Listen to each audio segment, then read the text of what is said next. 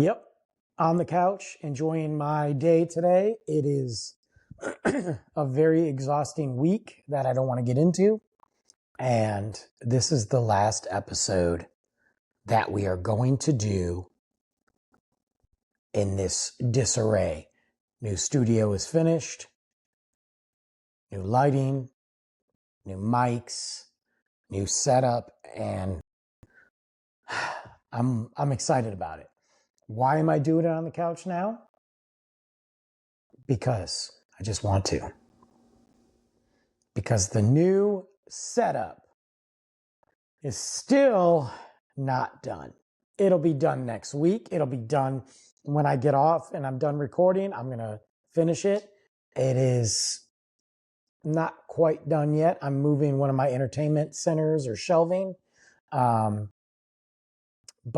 this is the final episode. I'm just too tired to care. And the podcast has suffered from it. I know it has, and that's okay. Because season 21 starts next week, and it's getting back to consistency and normalcy.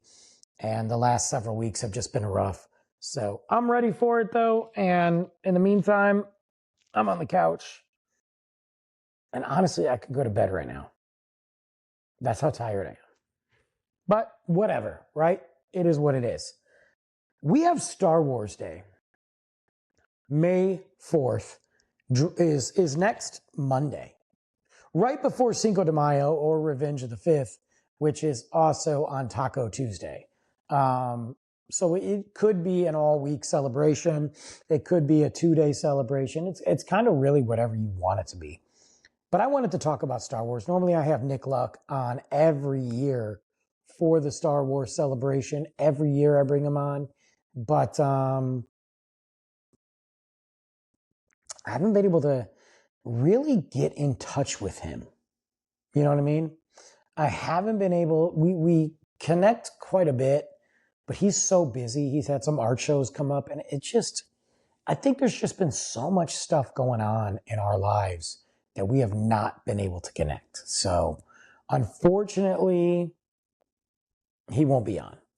But this is going to be a shorter episode for my typical Star Wars yearly show because I don't have Nick Luck and I'm just tired. Like, I feel so out of place today. You know what I mean? But I want to talk about it. I want to talk about it because there's been 2 releases, and although not released on Star Wars Day, there's 2 things in particular this month that are centered around Star Wars. One being Maul, the new animated series Shadow Lord, which fills in the gaps. So we know what happened after he was killed in The Phantom Menace. We know what happened a little bit before that. We know the rise after that till he came we know his death by Obi-Wan Kenobi on Tatooine, his real death. And we know that what he did on Mandalore, but what happened to get him to that point? There's these little timelines, and we've put the pieces together. But what really happened during the height of Palpatine and the Empire, where Maul was creating his own army and his own apprentice? And that's what it's looking at. And I think personally, Maul is probably one of the best characters that was wasted in live action, if I'm being honest with you. They should have never killed him, air quotes, in Phantom Menace. They should have never done that. And I think obviously they regretted that, which is why we got more of Maul in the animated series and why we're getting this now. Some people have said, hey, it's a stretch. Why do we need this? It's not a matter of needing things. And I think we get in this habit of, why do we need this? Nobody asked for this. I think especially people that are in the fandom, especially people that are talking about movies and pop culture, they're like, well, who asked for this? Well, it's not a matter about asking. It's a matter of, what can we do? Do I think in a little ways it's stretching it and pushing the character and milking it a little bit? I do. But I've also watched the first 2 episodes of Maul. I am not watching any more till Star Wars Day. That is going to be my Star Wars celebration. I don't want to go back and watch the live action films. I don't want to go back and watch the animated series. I'm just waiting to see whatever else we have. And I don't think the season will be done by then, but at least I'll have 4, 5, 6 episodes where I can binge watch that day. And that's going to be my Star Wars celebration because it's new and I want to see it. The animation is killer in it. And there's been some great moments in the first 2 episodes that I have seen. So even though I feel like the show might be unnecessary and they're stretching the character and drawing it out and milking it, I think it's still very entertaining. And the animated shows on Star Wars have been unreal. Unreal. So I think this is a great thing that Disney has done because honestly, on the movie side, it's been up and down. I say that as this month, this May 22nd, I believe, let me confirm that, May 22nd, so right before Memorial Day, we're getting a 2 hour and 12 minutes, I believe, or maybe it's 2 hour, 14 minutes, new live action movie in the Star Wars saga, not connected to Skywalker, I guess a little bit, but The Mandalorian and Grogu. The live action film from the series. And I know a lot of people had their problems with the last season. I didn't. That's my cat right there, Rusco. Remember the guy I complain about all the time? There he is. A lot of people have talked about that show wasn't that great. It kind of did this and that. Honestly, they could have ended that show and we could have never seen The Mandalorian or Grogu again, and it would have been perfect. Now there have been the questions of what happens to Grogu, and we don't know what happens to Grogu. He's not in any of the films, the future films. Mandalorian isn't. Maybe this movie is going to wrap it up for us and put it in a nice little bow, and they'll ride off into the sunset. Maybe he'll die. Who knows? Unfortunately, let's talk about this movie for a little bit, okay? First off, let's talk about the premise of this film. What's the premise? Well, it's the fall of the Galactic Empire during a period where remaining Imperial warlords threaten the unstable galaxy. The new Republic enlist Din Djarin and his apprentice, Grogu, to track down and rescue Rhoda the Hutt. Yes, Rhoda the Hutt. He is a Hutt.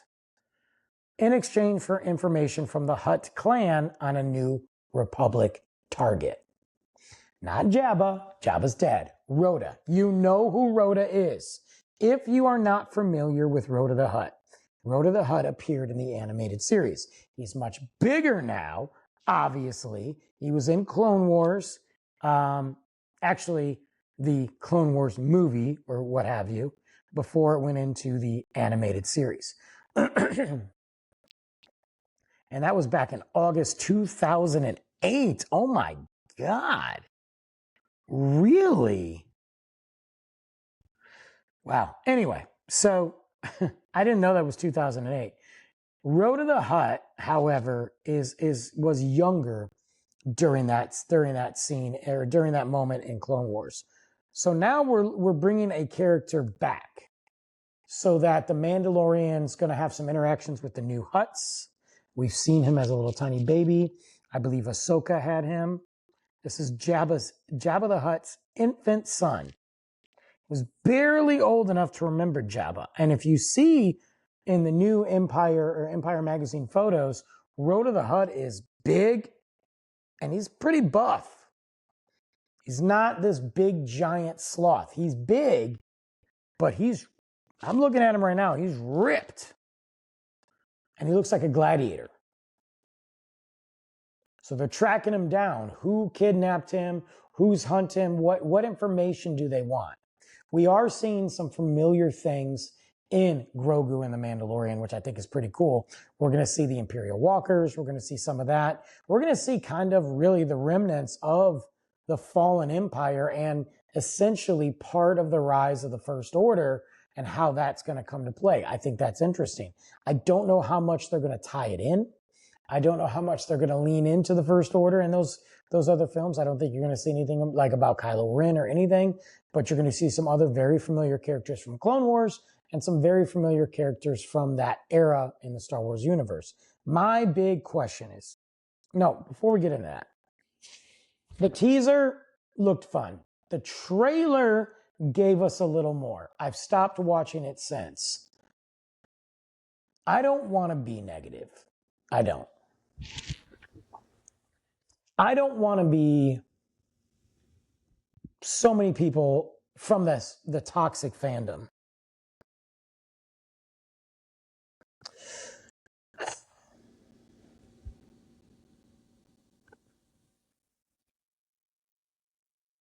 I don't want to be so many people that bash everything that Disney does with Star Wars because I think it's unnecessary and I think it's wrongfully directed.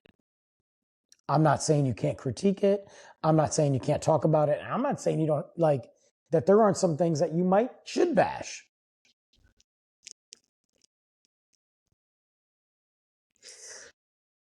But I'm going to say that I do not like the way that they've been marketing this movie.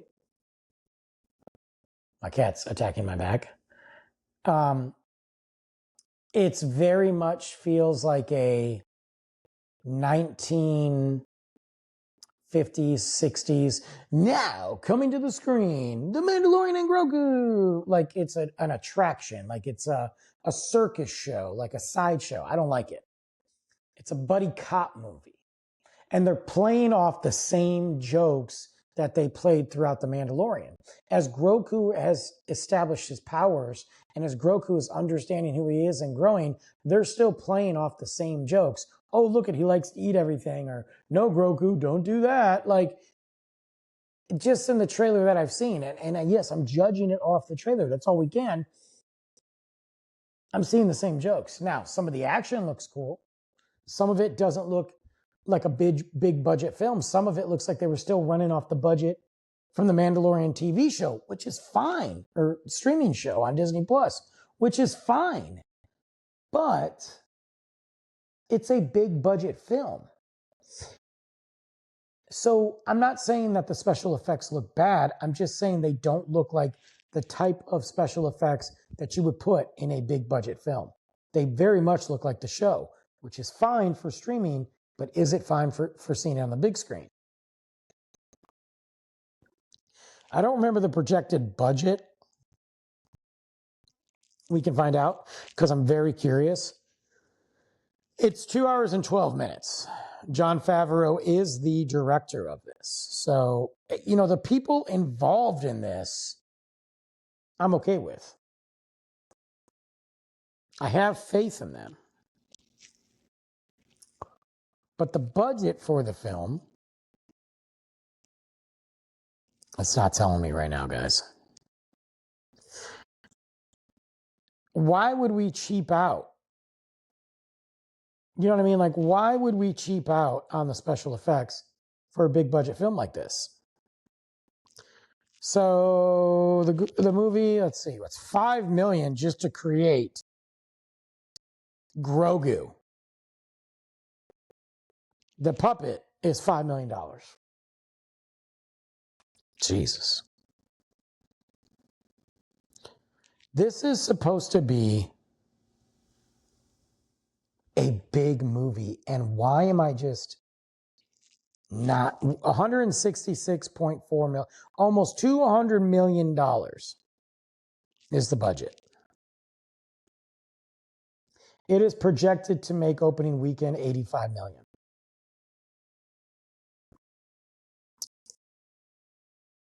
With the way movies are, and with the way that that the length of time that they're in the theaters, I don't see this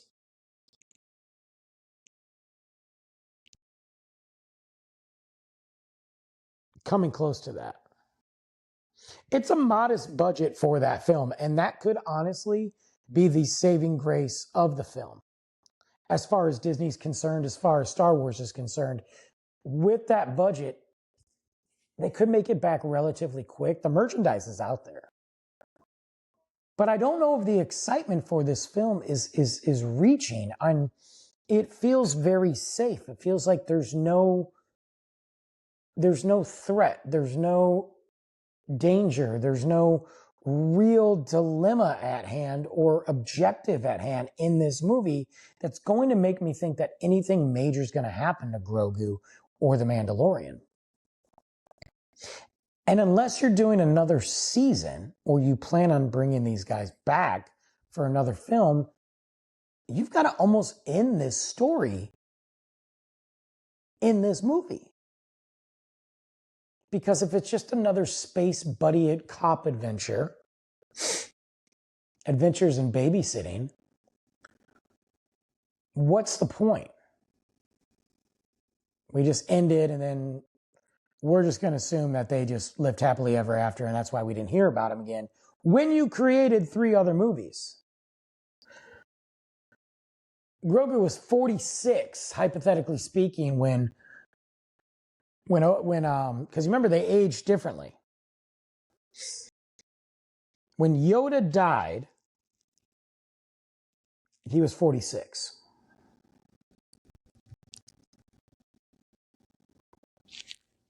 Grogu's 50 years old when he's introduced in the first season of The Mandalorian.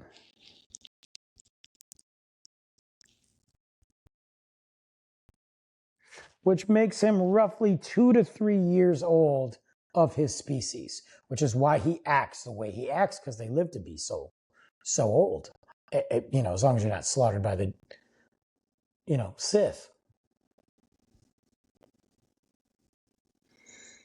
But what do you do with that? If you don't end this storyline, where's the objective? I'm excited that you're bringing the Hutts in and you're hunting them down, no pun intended, and you're finding all this stuff. But the big picture, what is this? Just another drawn out episode, a longer episode of The Mandalorian?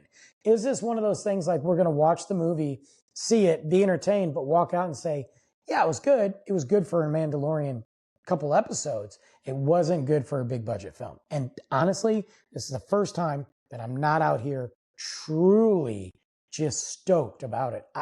We're going to go see it. But I'm more stoked to go see the Backrooms. I'm more stoked to go see Exit 8, which is out now. I'm more stoked to go see Mortal Kombat 2. If I'm being honest.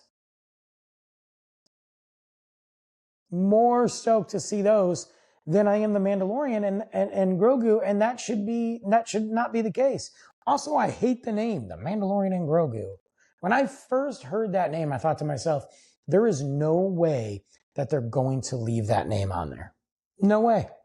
And they did. And I hate it. I also feel like with everything that's going on with Disney and the massive layoffs and the restructuring, I think we are going to see such a slowdown in Star Wars. Oh God. That's good. That was gross. Allergies. I'm not even going to edit that out. Did you see it spray anywhere? I think that we are going to have some problems.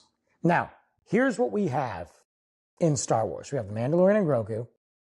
The new film by Sean Levy, Starfighter, dropping a year from now, May 28th, 2027. We don't know much about that. I love the idea of it. We know that Ryan Gosling's in it. We have Maul, Shadow Lord. We do have Ahsoka Season 2, which I am stoked about.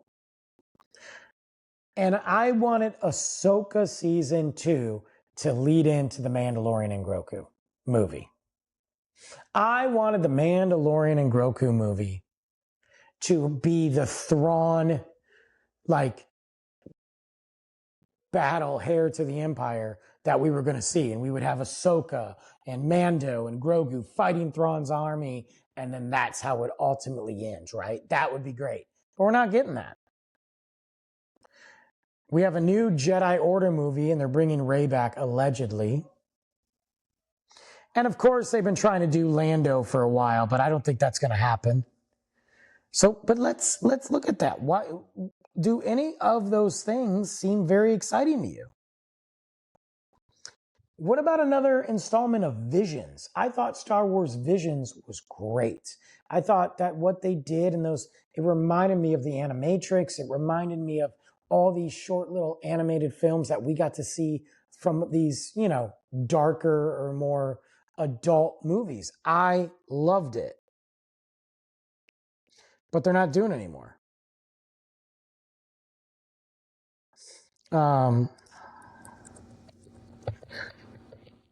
Do I care about the new Star Wars movie? A new Star Wars movie featuring Rey will build a new Jedi Order. Why? The film is targeted. It's set after Rise of Skywalker. Shocker. Set in it's either 2027 or 2028. Why? It's not that I have a problem with Rey coming back. I just don't think Rey was written very well. It's going to be 15 years, and she's going to focus on rebuilding the Jedi Order. After everything that happened, she's like, we should just rebuild the Jedi Order. Is she going to take some of those farm boys? Why? Who's the threat? Sith? Is Palpatine back again? Are you gonna nostalgia bait us with Chewie and R2 and why is she gonna rebuild? It would have been way cooler, and I've said this before and I'll say it again, had she gone to the dark side in the new trilogy. Or even at the end of Rise of Skywalker. And had Palpatine possessed her, taken her body over. If you were going to bring Palpatine at all. But if they didn't bring Palpatine, Rey should have been on Exegol, becoming the new Empress, being the Dark Queen. And that's how that movie should have ended. Was her rise to power. And Ben Solo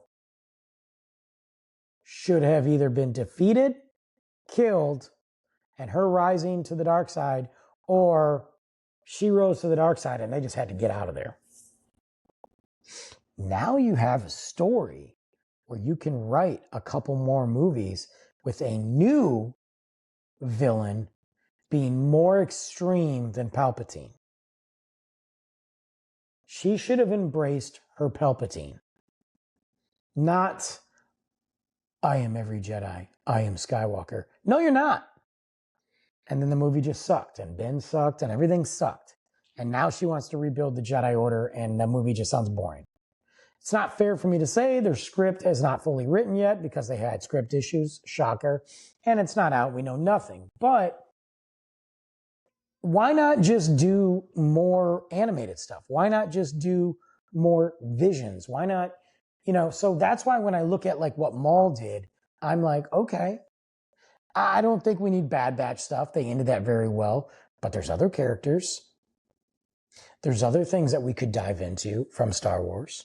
There's other things from the video games and the books that you could kind of tie in. And I think they're starting to do that, but I wouldn't be surprised if Rey's movie got put on a back burner, if I'm being honest with you. And I think if Mandalorian and Grogu doesn't do very well or make its money back very early, and then you have Starfighter coming out and that doesn't really perform, I think you're going to see this Star Wars thing drop. And maybe it's okay just to kind of close the book on it for a while and focus on the video games and focus on some of that and be done. I mean, you have this massive franchise. You don't want it to end. And there are ways to spawn off into different avenues and different, people can look at Skeleton Crew and make fun of it with Jude Law, and it was like a kid show and all that. I actually enjoyed it. I actually thought, besides Andor and so far Ahsoka season 1, I actually thought that Skeleton Crew deserved a season 2, and I actually thought it was way more entertaining than I anticipated. If the Grogu and Mandalorian even comes close to the entertainment that I felt during Skeleton Crew, I'll be happy. I like the characters in The Mandalorian better than the characters in Skeleton Crew. But I also really enjoyed Jude Law's character, and I thought he did a really good job. Some people bash that, but it was better than freaking horrible. Horrible. Acolyte, which was a bait and switch. Resco, be quiet. Tales of the Jedi, those are fun little snippets. They had Tales of the Sith, or Tales of the Empire, Tales of the Jedi, 5 to 10, 15-minute cartoons. They're okay. They put the pieces together of like what we know from these characters. Skeleton Crew was good. Andor's phenomenal. Maul, the 2 episodes I've seen, I'm interested in. Bad Batch dragged out significantly. There was way too many episodes and they were way too long, but it was okay. Ahsoka was great. Mandalorian's pretty good overall. Book of Boba Fett was pointless. We didn't need it. Do I think it had moments? Yes. I loved the Obi-Wan Kenobi show merely for Vader. There were some aspects of it I didn't like. I don't care about the young Leia. I think it was ridiculous. Ridiculous to show Luke. I don't know. Visions was cool. Clone Wars is great. Don't care about, the Rebuild the Galaxy was kind of funny, actually. But I don't care about the Lego stuff. I'll be honest with you. Young Jedi, I don't care about. That's for kids and all that. But overall, when you look at the show, and the Acolyte sucked. It was a trashy show, and they did a bait and switch. But when you look at it, at what Star Wars has done on the animated side, it's very stronger. It's a lot stronger than what they've done on the live action shows. So my question is, will they slow it down and develop some more interesting shows like Skeleton Crew or Andor? There was no lightsabers in Andor, but you felt the Empire. There was no massive space battles. There were some battles and there was some action, but it's a political thriller with great action. And we saw more of the destruction of the Empire. And sure, they connected some dots and some cool little cameos. But we saw more of that, and it felt more Star Wars than The Acolyte.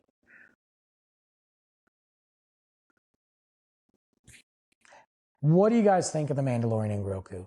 I'm going to go see it, obviously. I'm excited that it would be something new for the movie theater. I am. I'm just nervous. Let me know your thoughts next week. Longer episode. Studio time. We got a lot to talk about. Season 21 kicks off.